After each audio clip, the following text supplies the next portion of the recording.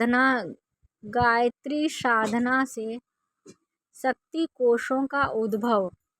पिछले पृष्ठों में लिखा जा चुका है कि गायत्री कोई देवी देवता, भूत पलित आदि नहीं, वरण ब्रह्मा की स्फुरणा से उत्पन्न हुई आधा शक्ति है, जो संसार के प्रत्येक पदार्थ का मूल कारण है और उसी के द्वारा जड़ चेतन सृष्टि में गति, शक्ति, प्रगति, प्रेरणा व परिणाम होते हैं। जैसे घर में रखे हुए रेडियो यंत्र का संबंध विश्वव्यापी ईथर तरंगों से स्थापित करके देश विदेशों में होने वाले प्रत्येक ब्रॉडकास्ट को सरलता पूर्वक सुन सकते, उसी प्रकार आत्मा शक्ति का विश्वव्यापी गायत्री शक्ति से संबंध स्थापित करके सूक्ष्म प्रकृति की सभी हलचलों को जान सकते हैं और सूक्ष्म शक्ति को इच्छानुसार मोड़ने की कला विदित होने पर सांसारिक, मानसिक और आत्मिक शक्ति क्षेत्र में प्राप्त हो सकने वाली सभी संपत्तियों को प्राप्त कर सकते हैं। जिस मार्ग से यह सब हो सकता है उसका नाम है साधना। कई व्यक्ति सोचते हैं हमारा उद्देश्य ईश्वर प्राप्ति, आत्मदर्शन और जीवन मुक्ति है, हमें गायत्री के सूक्ष्म प्रकृति के चक्कर में पड़ने से क्या प्रयोजन है, हमें तो केवल ईश्वर आराधना करनी चाहिए। सोचने वालों को जानना चाहिए कि ब्रह्म सर्वथा निर्विकार, निर्लेप, निरंजन, निराकार, गुणातीत है। वह न किसी से प्रेम करता है न द्वेष, वह केवल दृष्टा एवं रूप है। उस तक सीधी पहुंच नहीं हो सकती क्योंकि जीव और ब्रह्म के बीच सूक्ष्म प्रकृति का सघन आच्छादन है।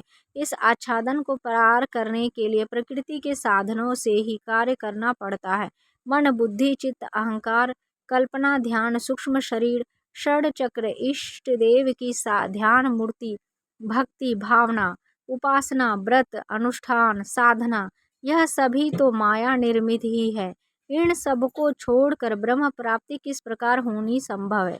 जैसे ऊपर आकाश में पहुंचने के लिए वायुयान की आवश्यकता पड़ती है, वैसे ही ब्रह्म प्राप्ति के लिए भी प्रतिमा मूलक आराधना का आश्रय लेना पड़ता है। गायत्री के आचरण में होकर पार जाने पर ही ब्रह्म का साक्षात्कार होता है। सच तो यह है कि साक्षात्कार का अनुभव गायत्री के गर्भ में ही होता है। इससे ऊपर पहुंचने पर सूक्ष्म इंद्रिय और उसकी अनुभव शक्ति भी लुप्त हो जाती है। इसलिए मुक्ति और ईश्वर प्राप्ति चाहने वाले भी गायत्री मिश्रित ब्रह्म की, राधे श्याम, सीताराम, लक्ष्मी नारायण की ही उपासना करते हैं। निर्विकार ब्रह्म का सायुज्य तो तभी होगा जब ब्रह्म बहुत से एक होने की इच्छा करेगा और सब आत्माओं को समेटकर अपने में धारण कर लेगा। उससे पूर्व जब आत्माओं का सविकार ब्रह्म में ही सामीप्य, सारूप्य, सायुज्य आदि हो सकता है। इस प्रकार गायत्री मिश्रित सविकार ब्रह्म ही हमारा उपास्य रह जाता है। उसकी प्राप्ति के साधन जो भी होंगे वे सभी सूक्ष्म प्रकृति गायत्री द्वारा ही होंगे। इसलिए ऐसा सोचना उचित नहीं कि ब्रह्म प्राप्ति के लिए गायत्री आवश्यक है। वह तो अनिवार्य है, नाम से कोई उपेक्षा या विरोध करे यह उसकी इच्छा, पर गायत्री तत्व से बढ़कर अन्य मार्ग से जाना असंभव है। कई व्यक्ति कहते हैं कि हम निष्काम साधना करते हैं, हमें किसी फल की कामना नहीं, फिर सूक्ष्म प्रकृति का आश्रय क्यों ले। ऐसे लोगों को जानना चाहिए कि निष्काम साधना का अर्थ भौतिक लाभ न चाहकर आत्मिक साधन का है। बिना परिणाम सोचे यदि चाहें तो किसी कार्य में प्रवृत्ति हो ही नहीं सकती। यदि कुछ मिल भी जाए तो उससे समय एवं शक्ति के अपव्यय के अतिरिक्त और कुछ परिणाम नहीं निकलता। निष्काम कर्म का तात्पर्य देवी सतोगुणी आत्मिक कामनाएं से है। ऐसे कामनाएं भी गायत्री प्रथम पाद के ह्रीम तत्व में सरस्वती भाग में आती है। इसीलिए निष्काम भाव की उपासना भी गायत्री क्षेत्र से बाहर नहीं है। मंत्र विद्या को वैज्ञानिक जानते हैं कि जीभ से जो भी शब्द निकलते हैं उनका उच्चारण कंठ, तालु, मूर्धा, ओष्ठ, दंत आदि मुख के विभिन्न अंगों द्वारा होता है। इस उच्चारण काल में मुख के भागों से ध्वनि निकलती है। उन अंगों के नाड़ी तंतु शरीर के विभिन्न भागों तक फैलते हैं। इस फैलाव क्षेत्र में कई ग्रंथियां होती है जिन पर उन उच्चारणों का प्रभाव पड़ता है। जिस लोगों की कुछ सूक्ष्म ग्रंथियां रोगी या नष्ट हो जाती है उनके मुख से कुछ खास शब्द अशुद्ध या रुक रुक कर निकलते हैं। इसी को हकलाना या तुतलाना कहते हैं। शरीर में अनेक छोटी बड़ी दृश्य अदृश्य ग्रंथियां होती है। योगी लोग जानते हैं कि इन कोशों में कोई विशेष शक्ति भंडार छिपा रहता है। सूक्ष्म नास से संबंध षडचक्र प्रसिद्ध है। ऐसे अगणित ग्रंथियां शरीर में हैं। विविध शब्दों का उच्चारण इन विविध ग्रंथियों का अपना प्रभाव डाल और इसके प्रभाव से उन ग्रंथों का शक्ति भंडार जागृत होता है। मंत्रों का गठन इसी आधार पर हुआ है। ग्रंथि गायत्री मंत्र में 24 अक्षर हैं। इसका संबंध शरीर में स्थित ऐसे 24 ग्रंथियों से है जो जागृत होने पर सद्बुद्धि प्रकाशक शक्तियों को सतेज करती है। गायत्री मंत्र के उच्चारण से सूक्ष्म शरीर का सितार 24 स्थानों से झंकार देता है और उससे एक ऐसी स्वर लहरी उत्पन्न होती है जिसका प्रभाव अदृश्य जगत की महत्वपूर्ण तत्वों पर पड़ता है। यह प्रभाव ही गायत्री साधना के फलों का प्रभाव होता है।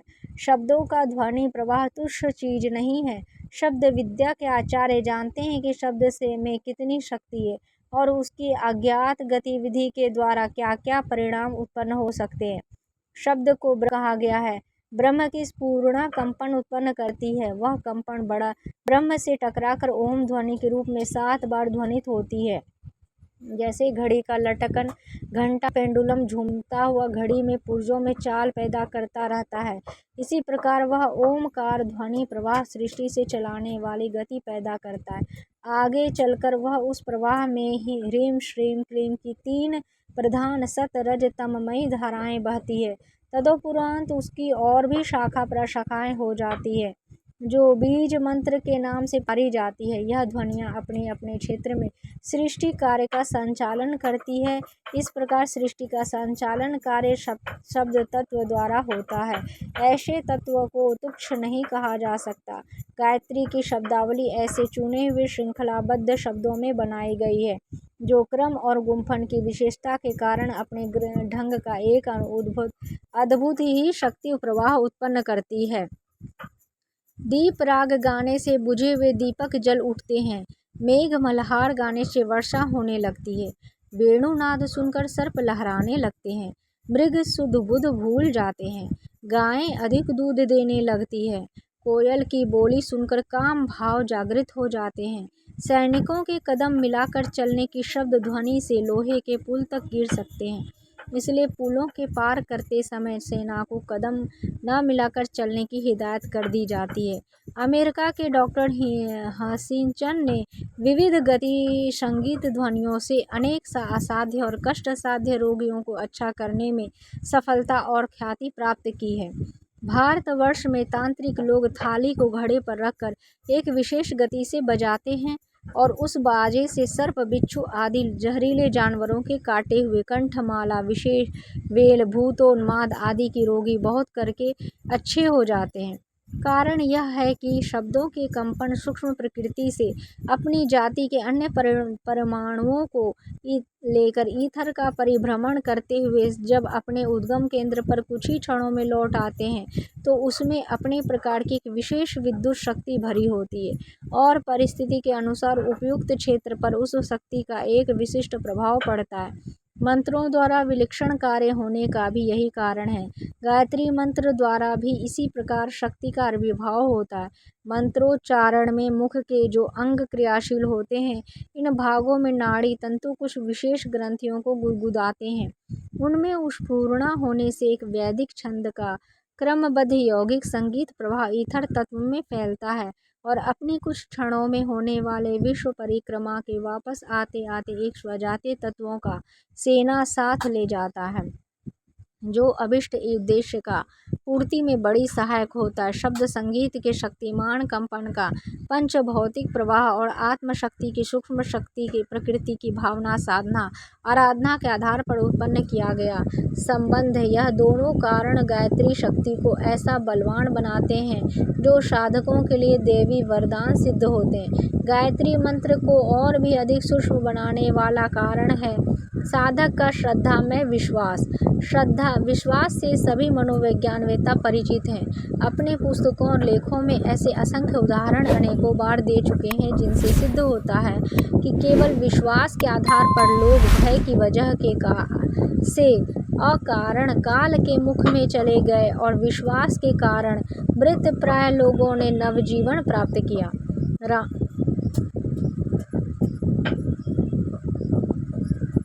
रामायण में तुलसीदास जी ने भवानी शंकरो वंदे श्रद्धा विश्वास रूपिणो गाते हुए श्रद्धा और विश्वास को भवानी शंकर की उपमा दी है। झाड़ी को भूत, रस्सी को सर्प, मूर्ति को देवता बना देने की क्षमता विश्वास में है। लोग अपने विश्वासों की रक्षा के धन, आराम तथा प्राणों तक को हंसते हंसते गंवा देते हैं। एकलव्य, कबीर आदि ऐसे अनेक उदाहरण हैं जिससे प्रकट है कि गुरु द्वारा नहीं, केवल अपनी श्रद्धा के आधार पर गुरु द्वारा प्राप्त होने वाली शिक्षा से भी अधिक विज्ञ बना जा सकता है। हिप्नोटिज्म का आधार रोगी को अपने वचन पर विश्वास करा के उससे मनमाने कार्य करा लेना ही हो तो है। तांत्रिक लोग मंत्र सिद्धि की कठिन साधना द्वारा अपने मन में कितनी आगाह जमाते हैं।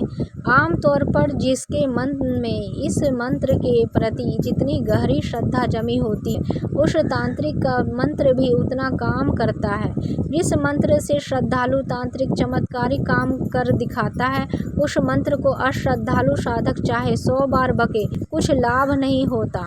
गायत्री मंत्र के संबंध में भी यह तथ्य बहुत हद तक काम का है। जब साधक श्रद्धा और विश्वास पूर्वक आराधना करता है तो शब्द विज्ञान और आत्म संबंध दोनों की महत्ता से संयुक्त गायत्री का प्रभाव और भी अधिक बढ़ जाता है और वह एक अद्वितीय शक्ति सिद्ध होती है। पिछले पेज में दिए हुए चित्र में दिखाया गया है कि गायत्री के प्रत्येक अक्षर का किस किस स्थान में संबंध है और उन स्थानों पर कौन यौगिक चक्र है। इसका परिचय इस प्रकार है। तत्तापिनी सफलता, तत् ग्रंथि का नाम तापिनी, उसमें भरी हुई शक्ति सफलता। स सफला पराक्रम, वि विश्वा पालन, तुर तुष्टि कल्याण, व वरदा योग, रे रेवती प्रेम, ऋ सूक्ष्मा धन, यम ज्ञाना तेज, भर भर्गा रक्षा, गौ गोमती बुद्धि, दे देविका दमन, व वराही निष्ठा, स्य सिंहिनी धारणा, धी ध्याना प्राण, म मर्यादा संयम, ही स्फुटा तप, धी मेधा दूरदर्शिता, यो योग माया जागृति, यो योगिनी उत्पादन, नः धारिणी सरसता, प्रप्रभवा आदर्श, चो उष्मा साहस, द दृश्या विवेक, यात निरंजना सेवा। गायत्री उपरोक्त 24 शक्तियों को साधक में जागृत करती है। यह गुण इतने महत्वपूर्ण हैं कि इनके जागरण के साथ साथ अनेक प्रकार की सफलताएं, सिद्धियां और संपन्नता प्राप्त होना आरंभ हो जाता है। कई लोग समझते हैं कि यह लाभ अनायास कोई देवी देवता दे रहा है। कारण यह है कि अपने अंदर हो रहे सूक्ष्म तत्वों की प्रगति और परिणति को देख समझना नहीं पाते। यदि वे समझ पाएं कि उनकी साधना से क्या क्या सूक्ष्म प्रक्रियाएं हो रही हैं, तो यह समझने में देर न लगेगी कि यह सब कुछ कहीं से अनायास दान नहीं मिल रहा है, वरन आत्मविद्या की सुव्यवस्थित वैज्ञानिक प्रक्रिया का ही यह परिणाम है। गायत्री साधना कोई अंधविश्वास नहीं, एक ठोस वैज्ञानिक कृत्य है और उसके द्वारा लाभ भी सुनिश्चित ही होते हैं। गायत्री कामधेनु है। पुराणों में उल्लेख है कि सुरलोक में देवताओं के पास कामधेनु गौ है। वह अमृतोपम दूध देती है, जिसे पीकर देवता लोग सदा संतुष्ट, प्रसन्न तथा सुसंपन्न रहते हैं। इस गौ में यह विशेषता है कि उसके समीप कोई अपनी कुछ कामना लेकर आता है तो उसकी इच्छा तुरंत पूरी हो जाती है। कल्प वृक्ष के समान कामधेनु गौ भी अपने निकट पहुँचने वालों का मनोकामना पूरी करती है। यह कामधेनु गौ गायत्री ही है।